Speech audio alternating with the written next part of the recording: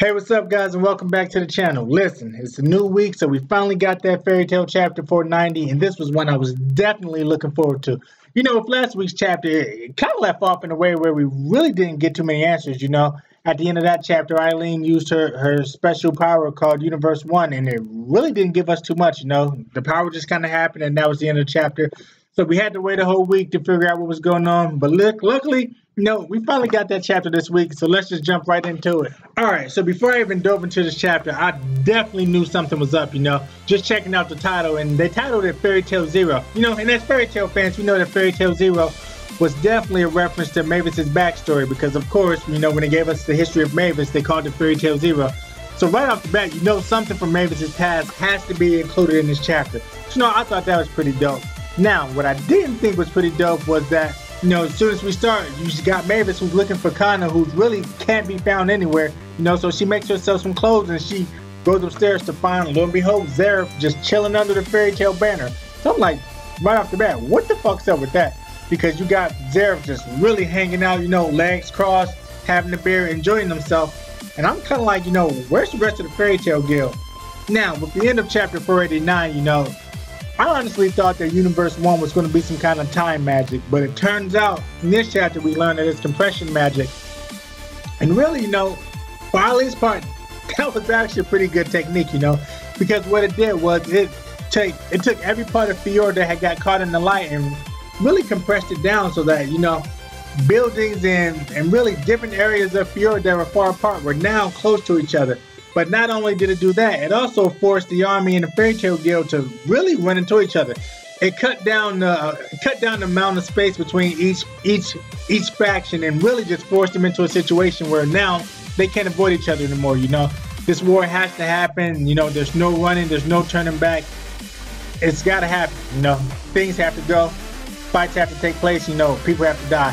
So for her part, that was definitely a pretty good technique to use. Now, one thing I really loved about this chapter is that it definitely gave us a bunch of answers, you know, not only to the question of what the heck is Universe 1, but it also gave us answers to really what happened to a lot of our favorite characters. Last time we saw Natsu and Lucy, it looked like they had got caught in August's melt or heat attack, you know, so honestly, I really thought that, at least happy, I thought that somebody may have really got taken the fatal blow, but it turns out, luckily, that we find out that everyone's all right, and Natsu was able to really negate the attack a little bit, so he managed to save their skin. Not only was their group saved, but you know, it shows us that Brandis was actually able to save August as well. She took his wound and she shrunk it to the size where it really wouldn't cause him any issues. So I thought that was pretty cool. Now, on the other side, you got, you know, really the rest of the Fairy Tail group is scattered. You got Gray, and you got Erza, who seems to still be pretty beat up, but you know, they're all in a different area. Then you got Lisana and you got their whole group, and you know, they're in a different area. So I'm like, okay, what the heck really happened? You know, there was a little bit of confusion because, you know, when you think compression, you think of, you know, it bringing everyone together. But in some situations, it also seemed to have scattered everyone apart. So I thought that was a little crazy. One thing I thought that was actually pretty cool, though, was that you learned that she was able to teleport Acnologia to the middle of the ocean somewhere, which really, I don't know what kind of good that would have done. I mean, for crying out loud, the dude's a damn dragon. Can he not just get his ass out of the ocean and fly back to wherever the hell he was? So, you know, that's that. But another good thing that I'm really glad that we got the answer to is what the hell happened to Gajeel? You know, thought my boy was gone. Even had a moment of silence for him, but it turns out that he might possibly still be alive. You know, it didn't really reveal where he was, but it at least revealed that he was, you know, that he still existed on some plane, on some kind of existence. So I thought that was pretty good that we got an answer to that as well. Now, just knowing that Gajeel at least existed in some kind of form, in some kind of way, you know, that was crazy enough. But then, you know, it's fairy tales. Of course, it's not just going to let us get away with thinking, you know, things that are always as they seem, you know. Now, in one of my other videos, I definitely said that I had an idea, or I at least felt like someone from the past that we forgot about was going to come back to save him. And I don't know if that's 100% true or technically true, but, you know, I thought it was kind of crazy that right as they show Gajeel, you know, they show someone in the water, and of course, it turns out to be Zara. You know, Zara of all people. I called it. I swear I called that someone that we forgot about was probably going to come back to save Gajeel. But, you know, at the same time, I can't 100% say that he was saved. But, you know, judging by the fact that we can still see him, judging by the fact that he's not alone, he's alive somewhere. So I think that that's really cool. But really now the new question is, what kind of role does Zara play in all this, you know?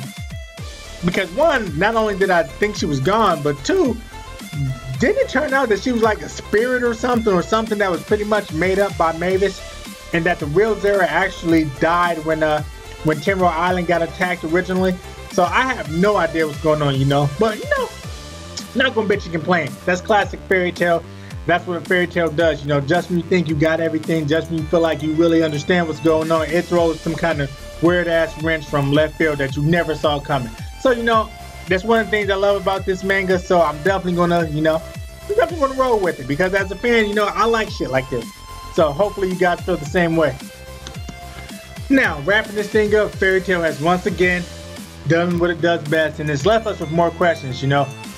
What is going on with the reappearance of Zara? Where the hell is Gajeel, and is he actually alive? Is he in hell? Is he in heaven? Like, what's going on with that whole thing? And another question that I thought about, you know, what's the difference between Eileen's compression magic and what Brandish does? Because it kind of seems like the same thing, you know. There was an earlier point in one of the manga chapters where Brandish was able to shrink a whole island. So didn't Eileen technically do something that's damn near similar to that? So do they have similar magic? What's going on with that? And, you know, the last question really is, Mavis going to be all right with Zara? You know, what's going to happen with that? Clearly they have romantic history, but, you know, this time around, Zara ain't after a kiss or even a hug or none of that crap. He's after something that Mavis has. We don't know what fairy heart is, but we know that Zara wants it. So what's going to happen with that whole thing? You know, as always, I definitely appreciate you guys checking out the review, you know, sticking in there with your boy, listening to what I got to say.